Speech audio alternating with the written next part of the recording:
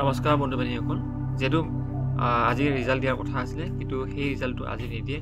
ইতিমধ্যে হিমন্ত বিশ্ব শৰ্মা ডাঙৰীয়াই যোগে টুইট কৰিছে আৰু ফেচবুকৰ জৰিয়তেও তেখেতে কিন্তু মন্তব্য আগবঢ়াইছে যে এটা ধুনীয়াকৈ কৈছে, অসমীয়াত ধুনীয়াকৈ কৈছে, মই লিখিছোঁ যে সকলো অভিভাৱক আৰু ছাত্ৰ ছাত্ৰীৰ বাবে মেট্ৰিক পৰীক্ষাৰ ফলাফল কাইলৈ প্ৰকাশ কৰা নহয় বুলি এনেকৈ কৈছে। যেতিয়া ফলাফল প্ৰকাশ হ'ব, তেতিয়া ফলাফল প্ৰস্তুত হোৱাৰ লগে লগে ঘোষণা হ'ব মেট্ৰিক পৰীক্ষাৰ ফলাফল। চ' এতিয়ালৈকে কোনো ধৰণৰ ফলাফলৰ কাইলৈ দিব বুলি কোনো ধৰণৰ মন্তব্য তেখেতে আগবঢ়োৱা নাই আৰু কাইলৈ কিন্তু একচুৱেলি নিদিয়ে, আজি নিদিয়ে।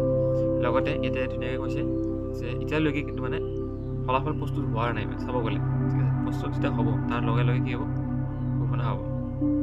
আৰু মিনিমাম বিহুৰ যিহেতু কৈছিলে, বিহুৰ আশে পাশে দিম কৈছে। বিহুৰ আৰু আজি ধৰি লওক তোমালোকৰ 10 তাৰিখ, ধৰি লওক 13 মানৰ ভিতৰত দিব পাৰে।